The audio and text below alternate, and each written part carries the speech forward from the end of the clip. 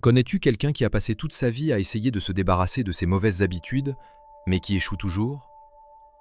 Certaines personnes tentent de surmonter leurs addictions, alcool, drogue ou d'autres problèmes comme l'obésité ou la procrastination. Mais à chaque fois, quelques jours plus tard, elles retombent dans leur travers. Tu as probablement déjà entendu quelqu'un dire qu'il allait perdre du poids. Cette personne entame une diète ultra restrictive, supprime tout ce qu'elle considère comme mauvais, se met à courir, va à la salle tous les jours.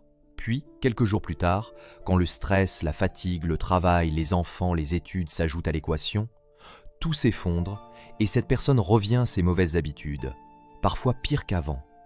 Ça arrive souvent, peut-être même que cette personne, c'est toi. Mais si je te disais qu'il existe une méthode, un système qui combine plusieurs philosophies japonaises dont j'ai déjà parlé sur la chaîne, un système capable de t'aider à surmonter n'importe quelle mauvaise habitude, l'obésité, l'alcool, la procrastination. Et le meilleur, ce système est super simple. Ce système combine plusieurs concepts, Ikigai, Kaizen, Hara Hachibu, Wabi-Sabi et enfin Ganbaru. Mais je dois te prévenir, ce système va à l'encontre de ce que racontent la plupart des coachs en productivité et des gourous de la motivation. Il va te demander de faire quelque chose d'absurdement petit. Si petit que tu vas croire que ça ne marche pas, jusqu'à ce que ça marche. Je t'invite dès maintenant à mettre un like et à commenter en dessous. Quelle est l'habitude que tu veux le plus changer dans ta vie? Tu verras, cela aidera pour la suite de la vidéo. Commençons. Chapitre 1. Le jour où tout a changé. Aujourd'hui, je vais raconter l'histoire d'un homme. Son nom, Christophe. Christophe avait 40 ans, pesait 142 kilos et il était en train de mourir lentement, sans s'en rendre compte. C'était pas un mauvais gars, il travaillait comme gestionnaire de stock dans un entrepôt depuis 15 ans. Réveil à 5 heures, retour à 19 heures, 2 enfants, une femme, des factures. Un gars de la classe moyenne, qui pique, qui fait passer sa famille avant tout, et qui oublie qu'il a un corps. Son alimentation, ce qu'il avait le temps d'avaler. Petit déjeuner dans la voiture, déjeuner sur son bureau, dîner devant la télé parce qu'il était trop épuisé pour s'asseoir à table avec les siens. Les week-ends, pizza, bière et canapé. Il le méritait. Après tout, il travaillait comme un mulet. Son corps envoyait des signaux. Monter les escaliers l'épuisait. S'attacher les lacets devenait un défi d'ingénierie. Il s'asseyait, retenait sa respiration, serrait le ventre pour y arriver. Ses enfants voulaient jouer avec lui. Il trouvait des excuses. Sa femme proposait une balade. Il était trop fatigué. Mais tu sais ce qui faisait le plus mal? Ce n'étaient pas les chiffres sur la balance. C'était le regard de sa fille de 7 ans. Elle avait arrêté de lui demander de jouer avec elle. Elle avait compris que papa ne joue jamais. Et Christophe voyait ça. Il le sentait. Et pourtant, il ne faisait rien. Parce qu'il avait déjà essayé de changer. 3 fois salle de sport, abandon. 3 semaines de régime low carb, abandon. 5 jours de course matinale, abandon. Il était arrivé dans cet endroit dangereux où tant de gens meurent sans mourir, la résignation. C'est comme ça, j'ai toujours été gros, c'est génétique, mon métabolisme est lent, j'ai pas le temps. Jusqu'au jour où son corps a dit « stop ». C'était un samedi matin. Christophe était dans le jardin avec son fils de 9 ans. Enfin, il n'était pas vraiment avec lui. Il était assis sur une chaise en plastique et son fils jouait au ballon, tout seul. Le ballon partit trop loin et atterrit dans le massif de fleurs du voisin. « Papa, tu peux me le récupérer ?» Christophe se leva, avança jusqu'au massif, se pencha pour ramasser le ballon et ne put pas se relever. Pas parce qu'il avait mal, pas parce qu'il était blessé, mais parce qu'il n'avait pas la force, littéralement, de soulever son propre poids. Il resta là, à 4 pattes dans les fleurs du voisin, en sueur, haletant, essayant de se relever, tandis que son fils de 9 ans le regardait en silence. Le voisin dut venir l'aider. Ça peut sembler absurde pour certains, mais crois-moi, il existe des gens qui vivent ce genre de situation, des choses simples qui deviennent impossibles. Ce soir-là, Christophe s'assit au bord du lit et il pleura. Il pleura parce qu'il avait 40 ans et qu'il avait eu besoin d'aide pour se relever. Il pleura parce que son fils avait vu ça. Il pleura parce qu'il savait qu'il venait de graver dans la mémoire de son enfant « Mon père est faible ».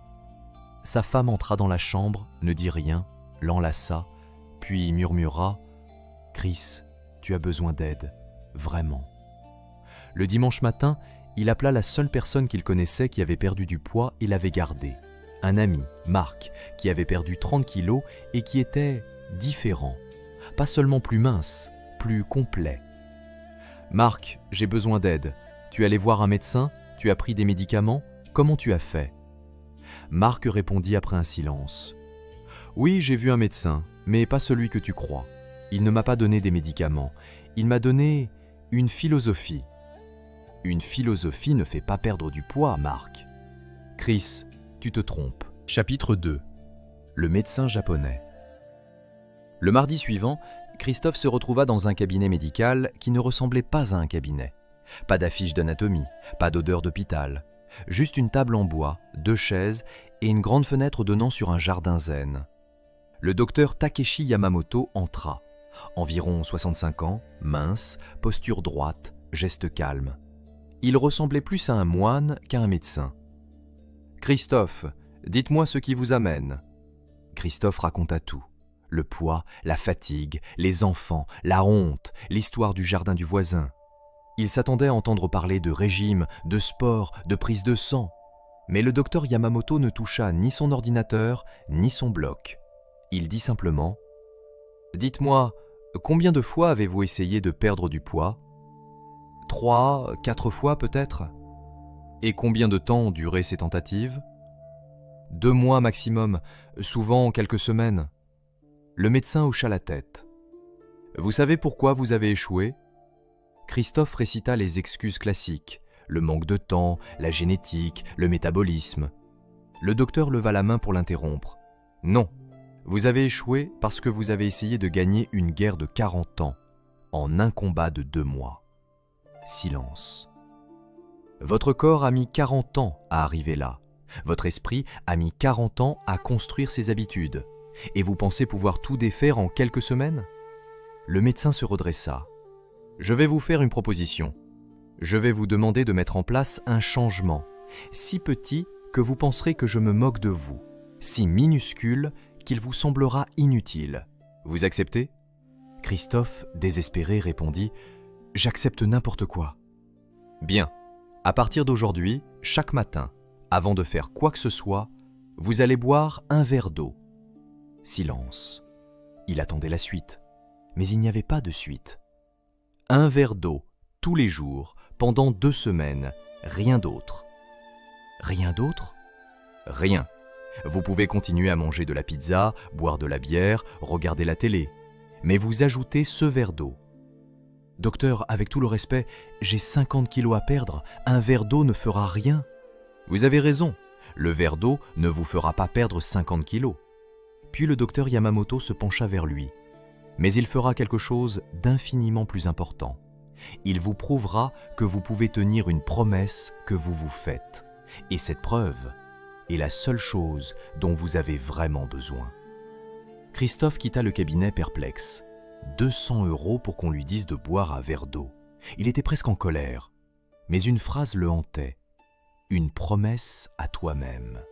Combien de promesses avait-il brisées ?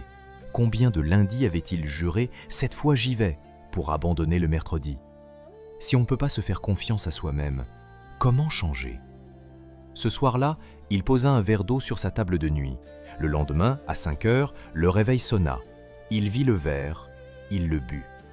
Jour 2, jour 3, jour 7, sans réveil, il ouvrit les yeux et pensa en premier « Où est mon verre d'eau ?» Son cerveau commençait à l'attendre. Au 14e jour, il retourna voir le docteur. « Vous l'avez fait tous les jours ?»« Oui. »« Comment vous vous sentez ?»« Un peu idiot, je n'ai pas perdu 1 gramme, mais je sais pas, j'ai réussi pendant 14 jours. » Le docteur sourit. « Vous venez de découvrir le Kaizen, l'amélioration continue par des changements microscopiques. Ce n'était pas le verre d'eau, Christophe, c'était la preuve que vous pouviez changer. Vous êtes prêt pour la suite ?» Christophe hocha la tête. « Continuez le verre d'eau et maintenant, mettez la moitié de ce que vous mettez d'habitude dans votre assiette. » La moitié ? C'est ridicule. Vous pourrez vous resservir si, après 20 minutes, vous avez encore faim. Christophe accepta. 3 semaines plus tard, il avait perdu 3 kilos. Chapitre 3. La philosophie cachée. Le docteur ne lui avait pas encore dit qu'il lui enseignait plusieurs piliers d'une philosophie japonaise complète. Kaizen, Hara Hachibu, Ikigai, Wabi-sabi, Gambaru. La première semaine avec une demi-assiette fut difficile. Sa tête criait « Encore !» Mais après 20 minutes, la faim avait disparu. Son corps n'avait pas faim, il était juste mal habitué. Le docteur était en train de lui enseigner le Hara Hachibu, manger jusqu'à 80% de satiété.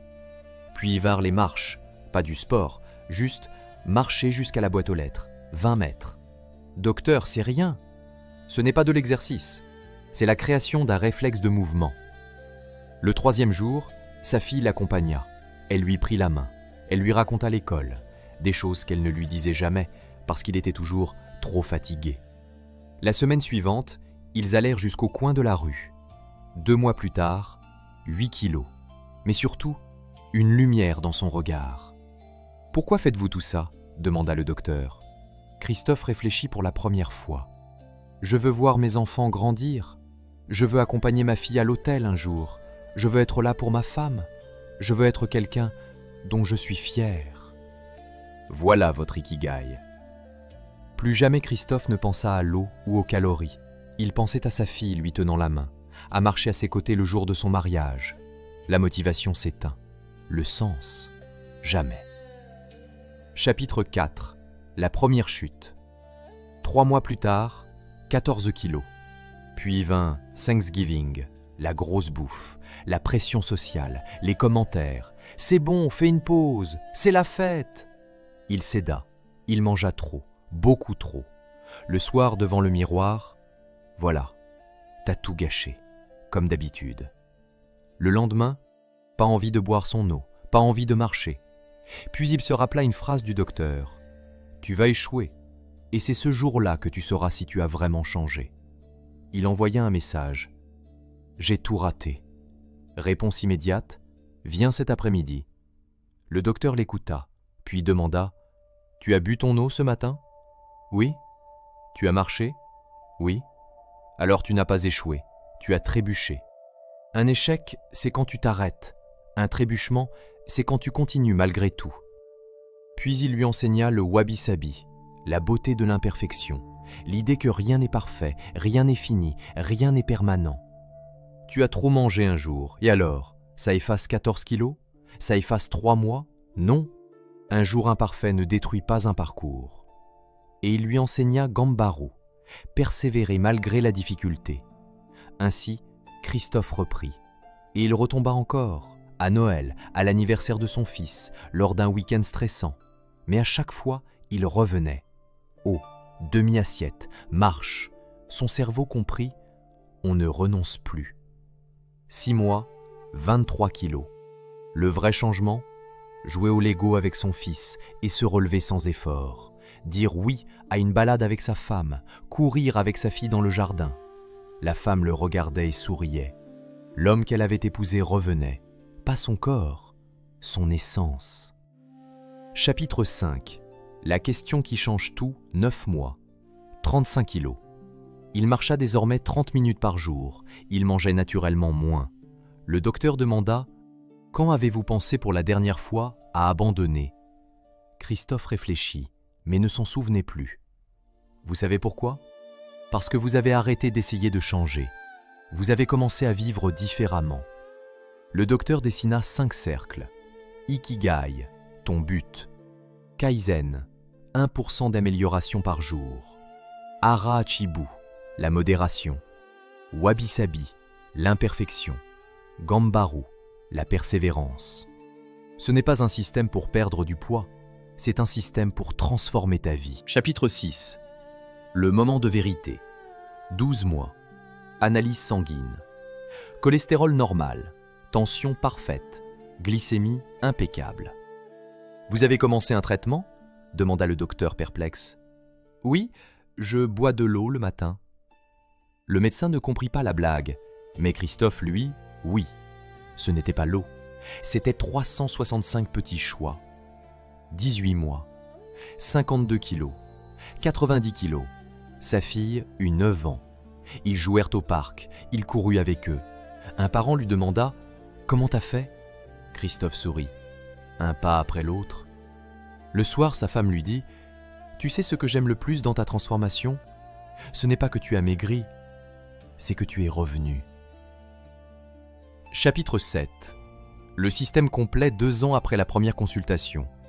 Christophe pesait 88 kilos. Il maintenait son poids. Il continuait eau, marche, 80% de satiété. Et maintenant, il aidait d'autres personnes. Quel est le plus petit changement que tu peux faire aujourd'hui ? Aller à la salle ? Non, plus petit. Boire un verre d'eau ? Voilà, pendant 2 semaines. 9 personnes sur 10 ne reviennent jamais. Elles cherchent la solution miracle. Mais la 10e revient et elle réussit. Le docteur Yamamoto prit sa retraite. Lors de leur dernière rencontre, il dit « Tu sais, tu n'as jamais eu besoin de moi. Je t'ai juste donné la permission d'aller lentement, d'être imparfait, de continuer malgré tout. La force, tu l'avais déjà. » Christophe pleura parce qu'il comprit. Chapitre 8. L'héritage. Dans son salon, 2 photos.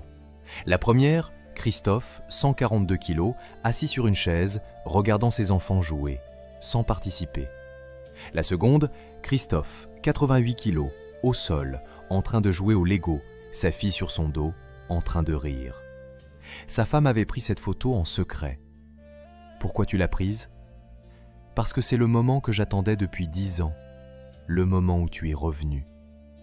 Mais le plus beau, sa fille de 12 ans a dit un jour « Mon père est la personne la plus disciplinée que je connaisse. » Pourquoi ? Parce qu'elle l'a vu, boire son eau, marcher, trébucher, se relever, toujours. Elle a appris que la transformation, ce n'est pas la motivation, c'est l'identité. Conclusion. Le défi que je te lance. Si tu es encore là, c'est que tu cherches quelque chose. Peut-être perdre du poids, peut-être vaincre une addiction, peut-être arrêter de vivre à côté de ta propre vie. Et tu te dis peut-être « ça ne marchera pas pour moi ».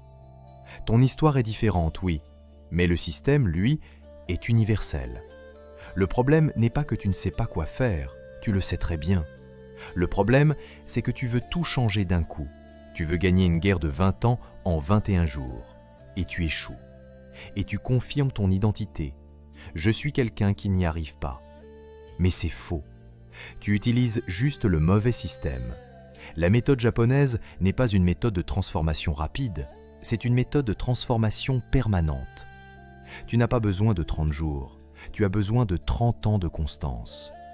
Alors je te pose la même question que le docteur Yamamoto posa à Christophe.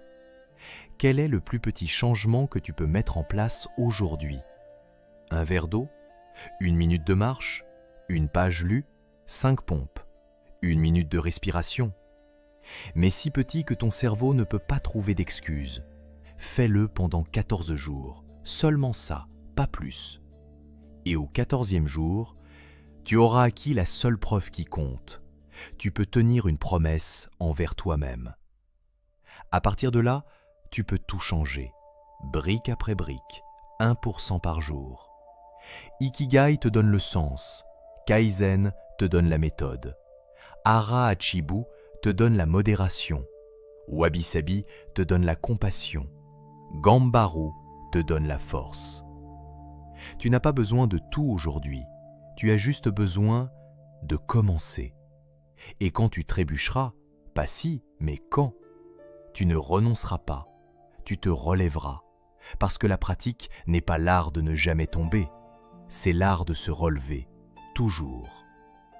Commence à changer dès maintenant en faisant une action simple. Écris en commentaire sous cette vidéo quel est le plus petit changement que tu vas faire demain matin. Je lirai chaque commentaire et dans 2 semaines, je reviendrai voir qui a tenu bon, qui a bu son verre d'eau, qui a fait ses 5 pompes, qui a fait le premier pas vers la personne qu'il veut devenir. Tu n'as pas besoin d'être parfait, tu dois juste commencer. Merci infiniment pour ton attention. Si tu es encore là, c'est que tu es vraiment prêt pour ta transformation.